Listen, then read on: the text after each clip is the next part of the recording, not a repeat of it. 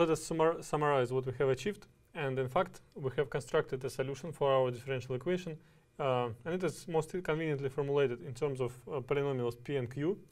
And notice that in this case, these polynomials are of the second order. And this is because our initial differential equation was of the second order in the derivatives. So, and the solution is represented by this formal integral. And the only requirement is that, first of all, the contour integral which defines the Laplace transform of our solution is convergent. And in addition, we have to require that the contour integral of a total derivative should vanish.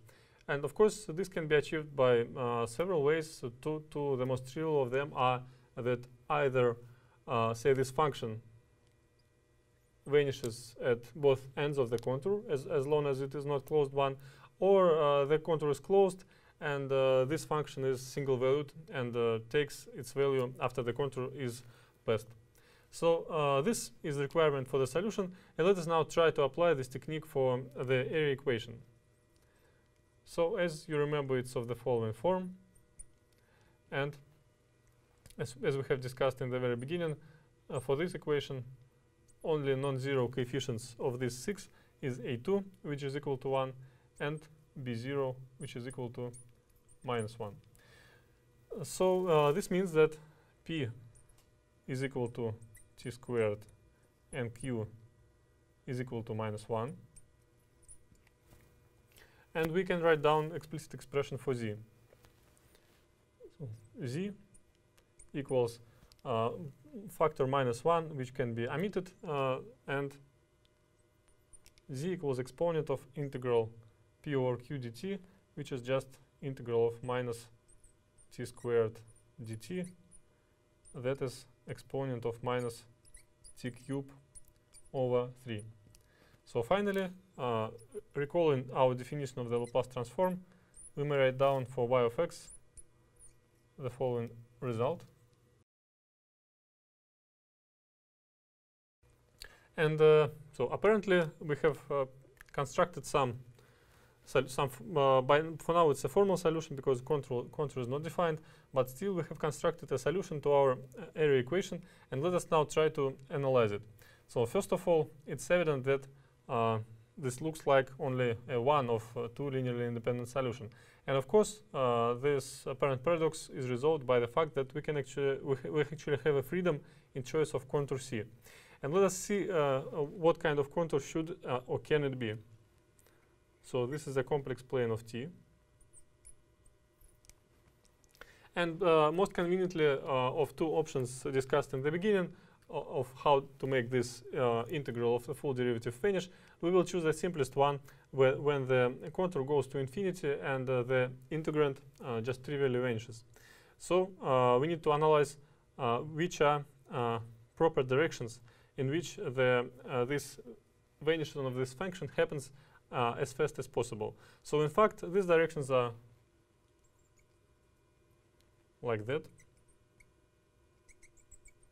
And it's easy to understand that, for example, consider this direction. It means that basically t is real and goes to plus infinity.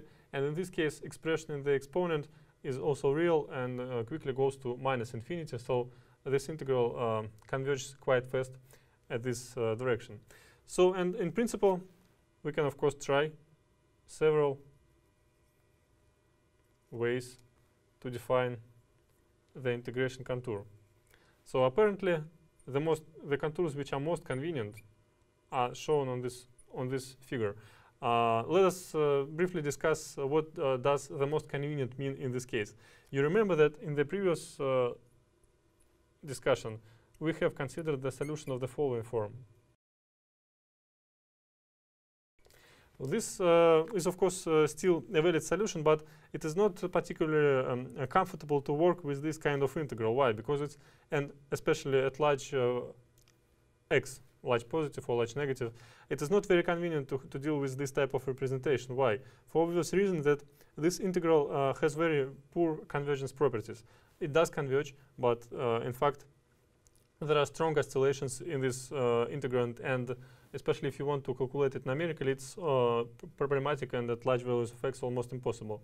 And this choice of contour is much more convenient because in these directions, which are dashed here, the expression in the integrand vanishes very quickly, and of course the integrand sits on a narrow region of T. And this specific choice of contours, it can be dictated by many reasons, and one of them is to guarantee convergence.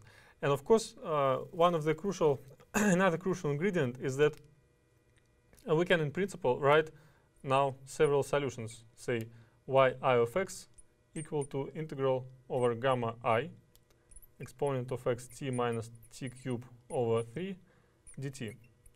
And again, someone very naive can think that, for example, he has 3 linearly independent solutions to the second order equation. Of course, this is not the case. And although in principle each of the integrals represents some different function, in fact, as the structure of the complex plane dictates in this case, as there are no singularities or cuts for finite values of t, it is obvious that sum of the integrals over all of the contours simply vanishes. So in fact, although these are 3 formally different solutions, of course they are linearly dependent. But each of the 2 contours provide a set of 2 linearly independent solutions. In fact, in your homework exercise, you will have to provide an explicit understanding that, for example, in particular, we know that this function, which is just area function, is also one of the solutions. And it's relatively straightforward to figure out to which of these contours, or possibly linear combination of them, does the area function correspond. And this will be one of your home exercises. Let's finish with this brief introduction and go on with solution of some less trivial differential equations.